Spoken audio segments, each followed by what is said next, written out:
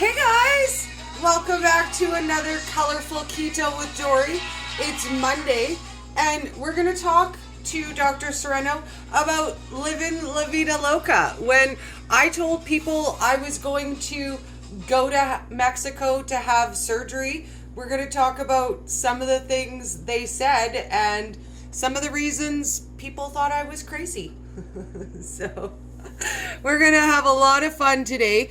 And if you guys have not met Dr. Serrano before, you are in for a treat. I'll tell you what.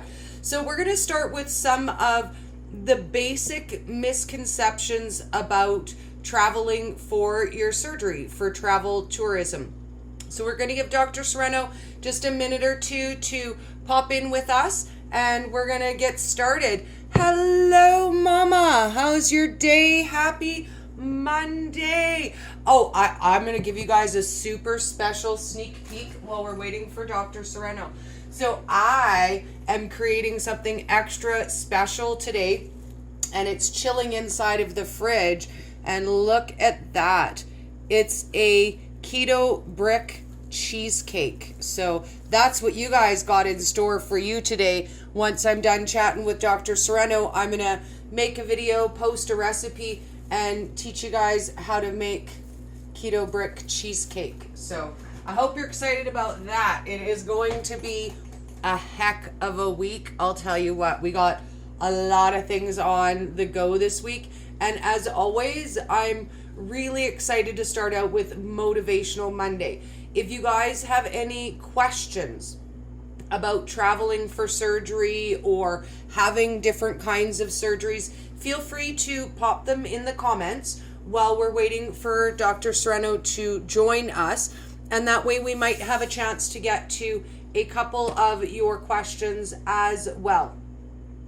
And we can hang out for a couple minutes. It ain't gonna hurt us none to hang out. We know how it goes in the doctor world. Things don't always run exactly on time. And last time I was impatient. He was like, he arrived 30 seconds after I gave up. Okay, so I just want to make sure that I don't have any messages incoming, but we should be any moment now. Okay. And we're watching. We are watching. So some of you guys know, and some of you don't know, that I had weight loss surgery and that I went to Mexico to have that done. Hello, Miss Keto Terry. It's so nice to see you, darling. I'm awesome. I hope you are awesome. It's Monday everywhere, I think. Actually, that's a lie. I have a few friends who are a day ahead. It's Tuesday some places. You know, it's already like Monday night, stupid o'clock some places. There we go. There's our Dr. Serrano. We will get all started up. We are going to have some heck of fun today, guys. I will tell you, but I'm just going to I have my list of questions, so I'm going to get them all ready while we get all signed in. Oh, and look at me, I'm too tall. There we go. Hello. How's your Monday going? It's going fantastic. How about yours? Oh, it is so magical. A tad late, I'm sorry, but we'll figure it out in a sec. No worries. We were just chatting about that, and we were actually talking about what I'm doing today while we were waiting. I'm making unicorn cheesecake today, so it's a pretty good day. How is this? Is that better? Perfect. Excellent. Yay, we can see you now. How are you, Dory? I'm amazing. So first of all, why don't you quick introduce yourself? Because I know there might be like 5 of my people who don't know who you are yet. I'd be happy to do so, Dory. So I'm Dr. Serrano. I'm the medical director here at Baja Med Group. We are a medical facility, and our purpose, well, we're a multidisciplinary medical facility. We have specialties across the board from oncology to plastic surgery, so the whole gamut. Okay, and so our main target is to treat patients from other parts of the world, and we usually receive patients that have, in some way, shape, or another, had some difficulty getting medical attention in their country of origin. And so, as you can imagine, we do see a lot of people from Canada. Yes. So I promised people we were going to talk about misconceptions about travel tourism. So let's kind of touch a little bit. What is travel tourism? If you've never heard that word before, what does travel tourism mean? So medical travel or medical tourism is a very loosely handled term that basically means you are going to another part of the world to seek medical treatment, whether it is dental in nature, medical in nature, just so many variants, okay? And so that's exactly what we do, okay? We see people from other parts of the world, and I mean, in a nutshell, basically how it happens is we get a patient contacts us from, let's say, from Canada. We receive a form that says their name, their number, and their email. Our administrative staff contacts them. They usually schedule either a video or phone consultation with us. We establish candidacy for whatever type of procedure they're looking for, and then they receive a proposal from our financial department, and then they fly into the San Diego airport. Our drivers pick them up. We do pre-op lab testing, cardiology testing, and just to make sure that we're being safe about the whole process in general, okay? And then we perform the surgery, and the patient then stays in the country for about 3 to 4 more nights, and then our driver takes them back to Canada, or to the airport in San Diego, where they would fly back to Canada. So the whole process, let's say, would be about Monday through Friday or Monday through Saturday. So, for instance, we do a lot of spine surgery, okay? So if a patient were to have flown in today, well, usually about right now is when the flight from WestJet arrives here in San Diego. And so our driver would pick up the patient from the airport, and then they come over, they get their lab work done, then they eat something because they're fasting, and then they meet our cardiologist, then they have a pre-op consultation with us, with the surgical team, and then the next day, our driver would pick them up from the Marriott or whatever hotel they choose to stay in, and they go have surgery where they would spend the night in the hospital. And then afterwards, they go to our recovery center, and they spend a few nights there. We round on the patient every single morning and evening. And then, like I said, by Friday-ish, they're going back home. So in a nutshell, basically that's what like a typical experience is like with us, and what medical tourism is. And for me, I traveled for a week. I planned to arrive and then leave in a week, and that was the perfect amount of time. I had time to travel. I got a few days to shop and enjoy myself as well. But when I told people that I was going to Mexico to have surgery, I got a lot of, oh my God, you're kidding, right? I think it's a Mexico? Mexico, Dory? No, that's not safe. So let's talk about some of the things that people came at me with. And number one was it's not safe to travel there. There's a lot of crime there. It's just not safe. It's not safe for women to fly by themselves to Mexico. Okay, but I mean, we hear it all the time, okay? And so I would say that about 50% of our patients travel alone, and the other half travels with a companion, whether it's spouse, friend, whatnot, right? So, I mean, Tijuana is a large city, okay? Unofficially, we have we have over 3 million people here in the city, so you're going to encounter people from all walks of life, okay? So the hospital where we work at is one of the most reputable hospitals here in the city.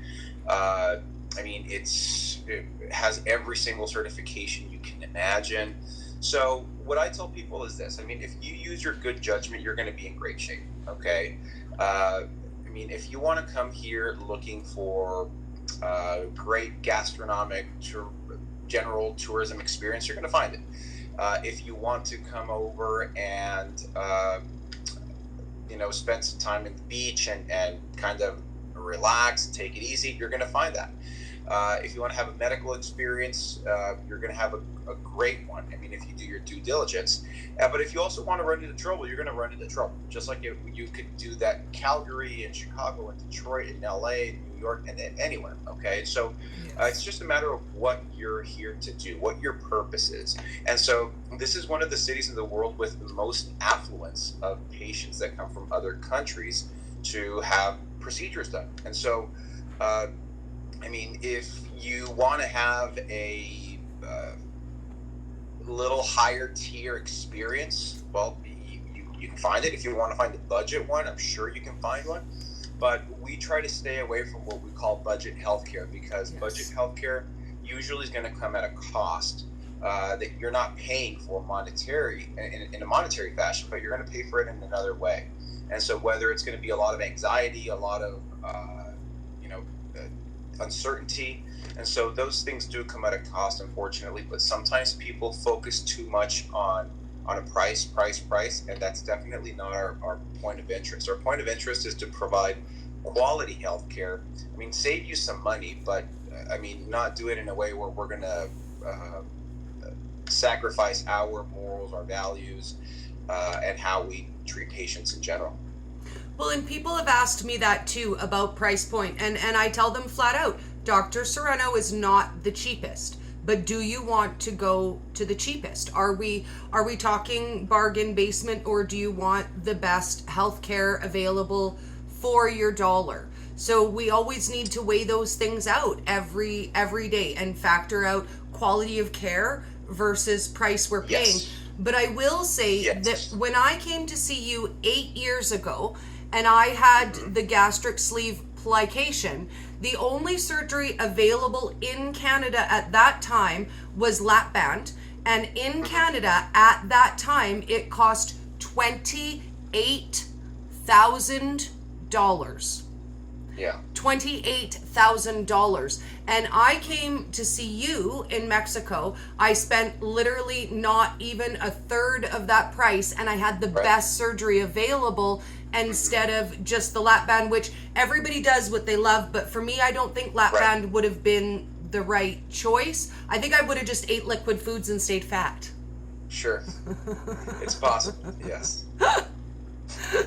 So, well, you hit a good point there, and so, I mean, for example, when it comes to the lap band, some people do want the lap band. We use the Allergan band, okay, which is it's the Mercedes-Benz of bands. And the staples that we use are Covidien. And so a lot of people don't realize that, but, a lot of these facilities have their manufacturing locations right here in our backyard. Okay, so a bunch of the implants that you guys use for like hip prosthetics and knee prosthetics are done right here in Tijuana, Mexico. Believe it or not, pacemakers, you name it. It's just that it's one of the manufacturing city capitals of the world. I mean, it's not like China where everything is kind of it's a whole different market, but it's just that here, because of the proximity to the U.S. and NAFTA, or whatever it's going to be rebranded as, is basically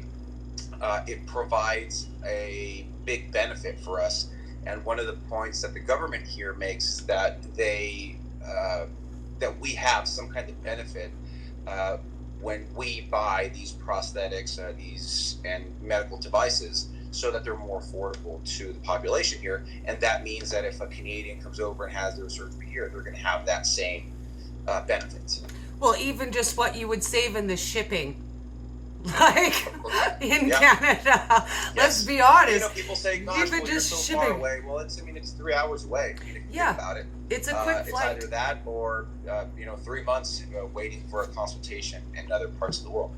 Well, and even within my own country, it cost me, and again, at the time pricing, under $400 to fly to San Diego, return from Calgary.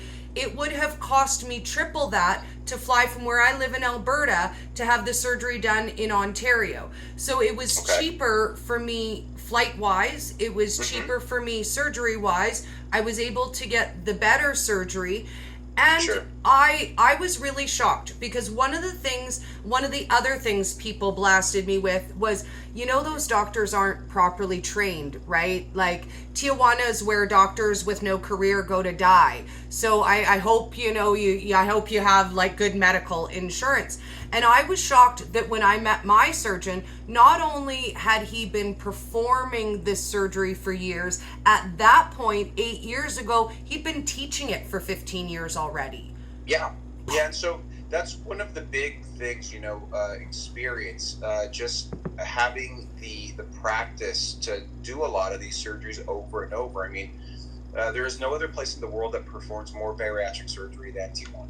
That's a fact. I'm not making it up. And so, the practice here and the dexterity of the surgeon is usually because we have so much work, thankfully, and so. That's not true. I mean, Tijuana is a hotbed for medical talent, I would say. I've had the privilege of working with some amazing surgeons, very respected surgeons, and the commitment that they have to patient well-being is astounding.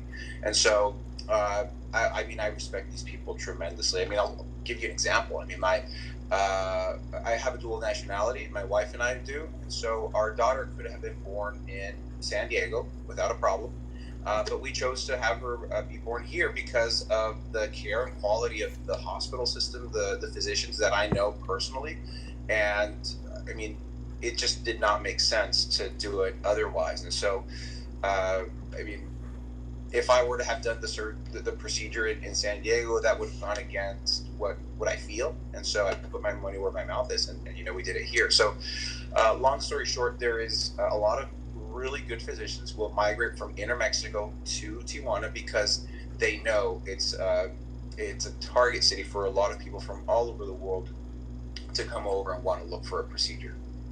Well, and I was shocked when my mother had her first heart attack. We did not get 5 seconds consultation from the cardiologist. Mm-hmm. He didn't even speak to us. He spoke to her doctor. Her doctor spoke to us. When I came and I arrived, I met the cardiologist. We joked and laughed. He hung out with us in our room, and it was an amazing experience. I have never, I don't want to say you don't get that kind of treatment, because clearly I did. But never in my life have I experienced that kind of one-on-one personal medical care. It doesn't exist where I live. It really doesn't, which is sad, but I was impressed. So let's move to the next question that I got that people were blasting me with, and that's this. You know that complications are really, really common. They're the norm, not the exception. And then when you get home, the doctors here won't treat you. So I hope you're ready for the complications. Cheers. So complications aren't, I'll start with this. I'll preface with this. So the only doctor that doesn't get complications is the one that doesn't perform surgery, okay? Any surgeon in the world will tell you this. So, the important thing is, how do you deal with them, okay? Don't get yourself into a situation you cannot fix. And so, have we dealt with complications? Of course we have. Have we fixed them? Yes, okay? And so, that's the difference between life and death, whatever, okay? Between having a complicated healing period or not. So, but the important thing is, how are you going to deal with these matters? And so, we have all the equipment necessary to deal with these situations, and so that's what has given us such a clean track record. Okay, we're very safe in how we perform surgeries. Some patients say, "Well, I want to have surgery and fly home the next day," and we say, "Well, we're sorry, we can't do that." And so they'll say, "Well, I'll pay you a little extra if we do it." No, we can't compromise on those matters. Okay, and so it's very important to make sure that you don't lose your moral compass, because we're ultimately dealing with patients, with people, with human beings, and so we want to make sure that we do everything how we're trained to do.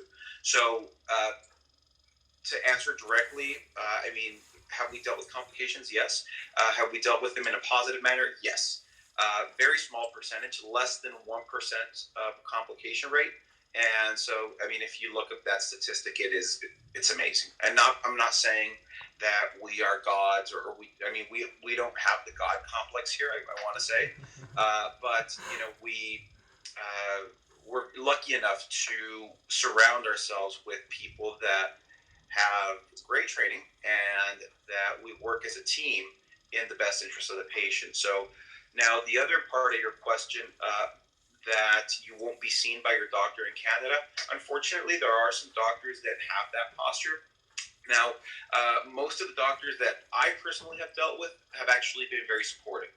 And they'll say, hey, well, can you tell me a little more about this procedure that my patient had? Or can you tell me more about, I want to learn more about this. And so we usually do.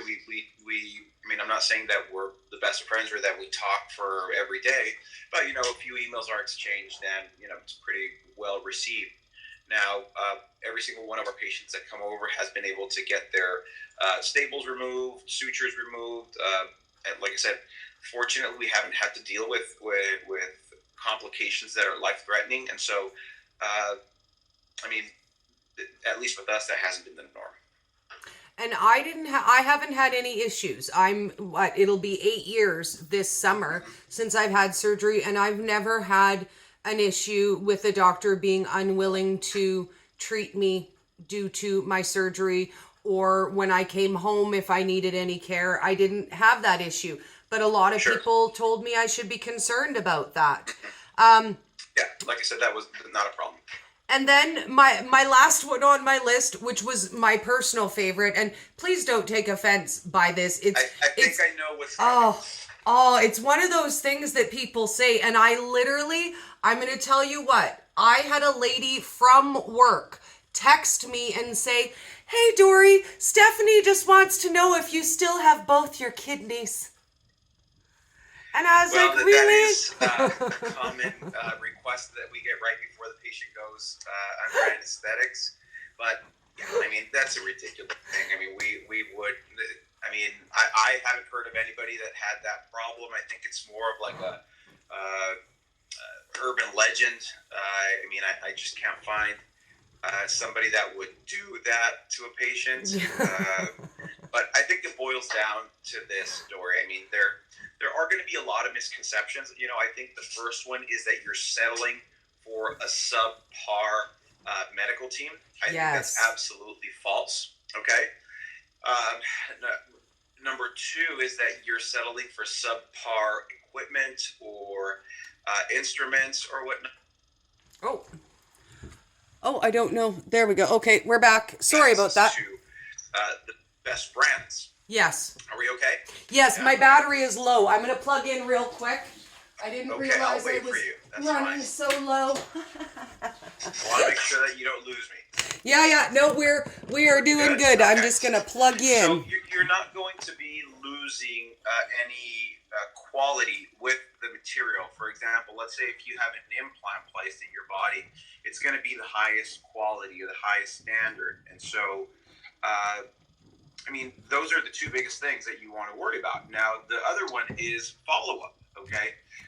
We make it a very big priority to follow up with our patients. We actually have our patients sign what's called the follow-up agreement, because we're basically telling them during these 10 dates for the first year, you have to check in with us. Okay, It's also your responsibility.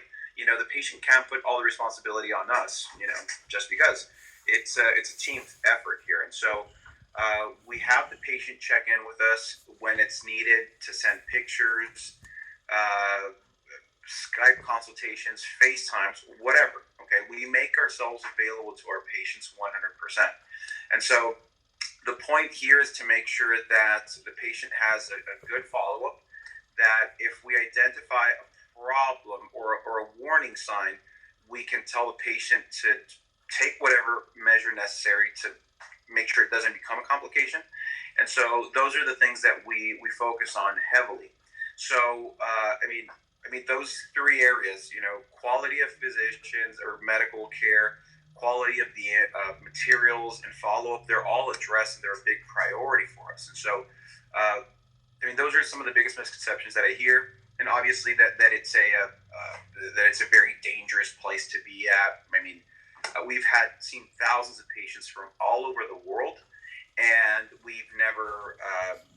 I don't think a patient has ever left the city saying, "I felt like I was in danger. I felt like I was compromised." It's never been that way. It's actually always been the opposite.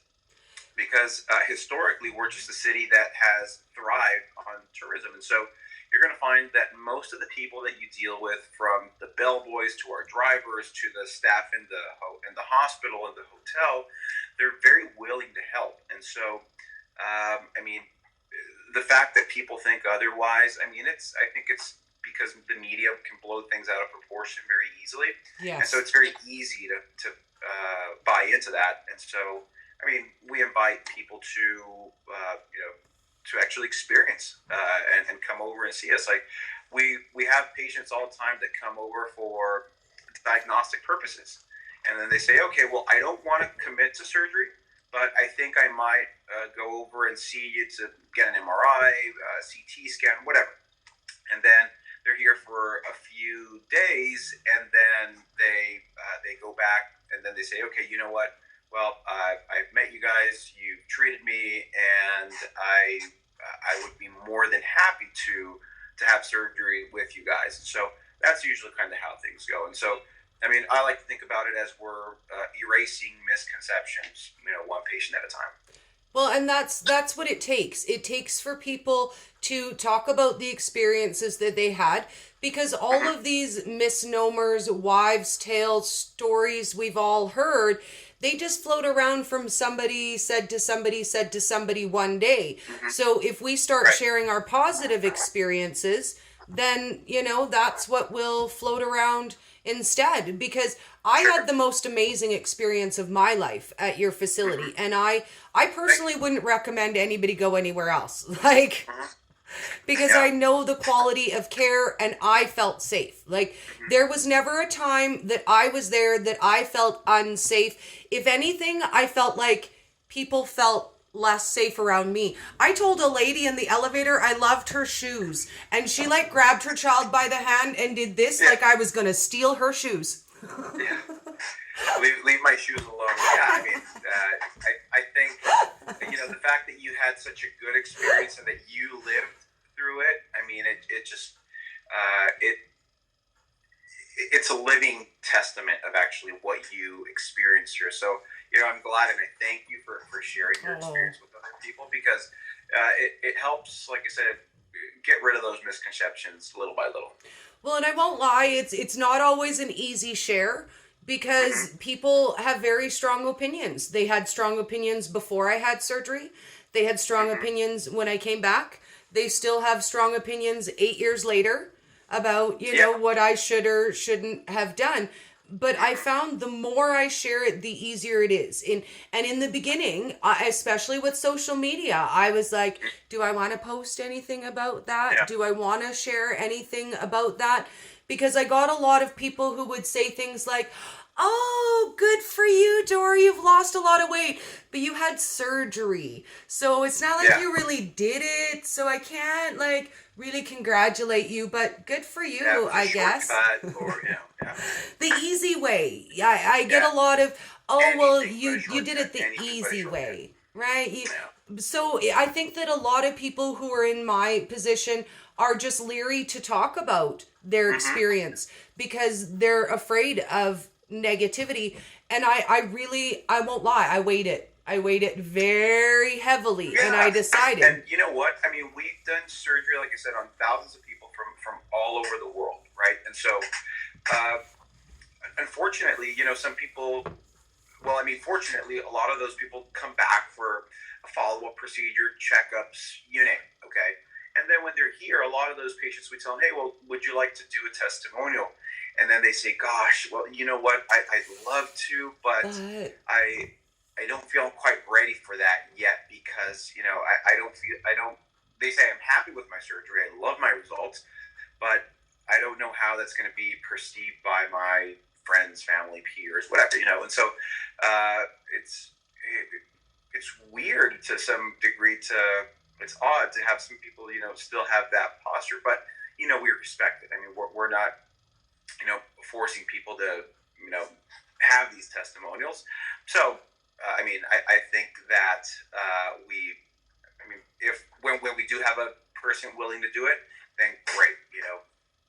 Well, and I feel like it matters because if there's somebody else who's in the situation where I was and they're debating back and forth and they're not getting a lot of support from their friends, their coworkers, the people around them, then you know what? Maybe hearing me say I made that decision regardless and it worked out for me, if that changes one person's decision, if it makes it easier for one person to take that next step and be healthier in their life, then it's worth it. And I won't lie, I haven't gotten any backlash. I expected some. I actually expected a fair amount. In my personal life, I got quite a bit of backlash. But publicly and on social media, no. Everybody seems to be pretty understanding. And every time I talk about my surgery, 5 more ladies will message me and say, Dory, I had surgery too, but I didn't want to tell anybody. And Sure. and I think that as soon as we share, then it helps everybody. So if you guys have a story to share, I encourage you to share that and change the misconception. I think, it's part of the whole process, to go full circle here. And, you mentioned something. I mean, sometimes it's not about, people usually draw a parallel line between medical travel and vanity, like plastic surgery or weight loss. And that's not true, Yes. We treat, like I said, we do a ton of spine surgeries for back pain problems, hip problems, knee problems, just all kinds of orthopedic problems are an integral part of our practice. Fertility treatments are huge in our practice. I mean, we see people from all over the world that can't conceive, and they come to us for help there. And so we've been helping people have babies, okay? We've been helping people, well, obviously with bariatric problems. Because sometimes it's not about the fact that you eat a lot or you don't exercise. It's just hormonal problems, hormonal regulation, just different kinds of problems, okay? We've had other patients that, just come for wellness, detox. They spend some time with IV treatments that will more like preventive medicine, okay? We've had people come over for cancer treatments, not necessarily alternative cancer treatments, because people say, oh, yeah, it's one of those where it's just alternative cancer. No, I mean, this is allopathic medicine, but there are other, believe it or not, there are other treatments for cancer than just chemo and radiation. And so, well, the Nobel Peace Prize winner, the one that just won it this year, he works at MD Anderson, I believe, and he does immunotherapy therapies. And he was laughed at by a lot of people because they thought he was crazy. And now he won the Nobel Prize, right? And so, we do immunotherapies here as well. And so, all like I said, all kinds of treatments. And so we are more than happy to hear out patients that have a medical concern that want second opinion or they want to get the ball rolling. That's what we're here for. Well, and wanting to be healthy and liking your body, that's not vain. It's really not. I heard that one too. It's just being fat, Dory. I mean, really, can't you just be fat and happy? Why do you have to be so vain? Do you need to be thin? I was 290 pounds and I probably wouldn't have made it to 10 more years from where I was. I wasn't being vain. I wanted to be healthy. And even if you want to get plastic surgery done, you know what? I've lost 145 pounds. If I want a little tuck on my body, I think I deserve that. Sure. And it's not vanity. Mm-hmm. I deserve that. I earned it. Yes. Ladies, we 100%. Earned it. We 100%. earned it, Yeah. And so I think that a person that is comfortable with her or his body is going to be a lot more productive, going to have more confidence, just going to live life better. I mean, you want to be comfortable in your own body, and I mean, if that means doing something, whatever it is, I mean, do it. I mean, whether that means getting hair transplantation, whatever. I mean, do it, because I mean, it's at the end of the day, you want to live through your day, being able to look at the mirror and liking what you see. Yes. So we should probably wrap up. I know you're busy, but do you have anything upcoming that we should check out?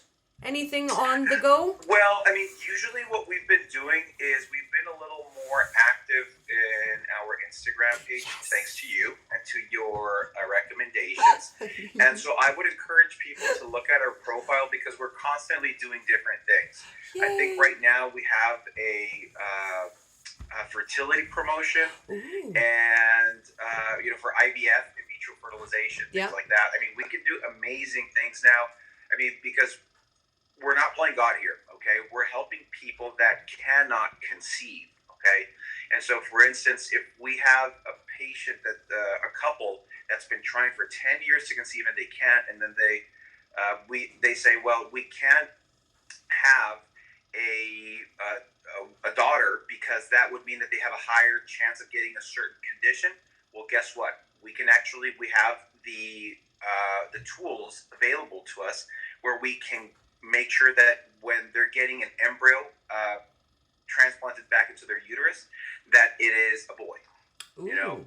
I mean, there are a ton of things that we can do within ethical boundaries, okay? Yes. And, I mean, so we're getting a lot of attention from other people from other parts of the world that want to conceive their children in this manner, or just because of the fact that, well, we can do a biopsy of the embryo and we can tell, hey, well, this patient has cystic fibrosis, has Down syndrome, Turner syndrome, any of these conditions that are, I mean, that some patients know that they're at a higher risk of conceiving. And so they say, well, if I'm going to have a child, I want to make sure that it's a healthy child. And so we can do those kinds of things. We do other promotions in the plastic surgery field, like liposuction. We usually can offer promotions for that. We just had one, I believe it was for rhinoplasty. Ooh. Maybe ongoing. But yeah, I mean, I honestly can lose track of those things. Yes. But our Instagram page usually is very up to date on that. Our Facebook page is usually very up to speed on that. Excellent. And we always encourage patients to ask, hey, I mean, I always tell patients you lose nothing by saying, hey, well, I understand that this is what this procedure costs. Can I do something? Payment plans? I don't know. And usually our administrative staff is very helpful with our patients to make sure that they can achieve what they're looking for. And so we work with MediCard from Canada. Yes. That they have checked us off as a trustworthy facility because we've been dealing with them for years now. And they honestly don't even ask questions anymore. If you say, like, you're going to have surgery at Baja Med, they know what our address is, and they can send us a check if they're financing your surgery, for instance. Well, and if anybody is curious about that, I did look into financing. I didn't end up financing, but I did look into it. And you are able to apply for enough funds to cover your surgery, cover your travel expenses, and a little bit of spending, and then finance that monthly. So that is an option. If budget is an issue that you can finance, they will include enough for your travel expenses as well. So that is correct. And I want to make sure, full disclosure, I do not get any kickbacks from MediCard or anything like that. Nobody here is allowed to receive any kickbacks in our practice. But basically, one of the great things about them is that they have no payoff penalty. So that's a pretty cool thing. Yes. They're very willing to help patients. I mean, if you have a decent credit history, they should be able to help. Yes. Well, thank you so much for your time. And I look forward to next month. We'll have to. Yes. We'll have to discuss what we're going to chat about, but I know it's going to be something good. You are greatly missed. We will see you next month and hopefully in person in July, right? Oh, I hope so. I really hope so. I need to come see you, dude. You need to come to KetoCon. I know it's not something you guys would normally do, but wow. We're looking at the dates. Oh. I promise you that. That was on my agenda this morning. So we're going to look into it, see what the possibilities are. But yeah, my priority first is to see you in July. Okay, we can bring you over. You can do one of your live feeds with us. Oh, yes. We would be honored to do that. Yes, I'm so excited. It's been too long since I got an in-person hug. I know. We need a hug. We need to hug it out. Thanks so much. Have a great day. Okay. Bye. All right. Have a great day, Dory. Take care. Bye now. Bye. Okay, so I am going to pop back shortly and we're gonna make a cheesecake together. First, I need to put together the video and the post for the one that I made, and then I'm gonna show you guys how to do it together live. So we're gonna have a lot of fun today. Stay tuned, and I'll see you guys soon. Have a great day.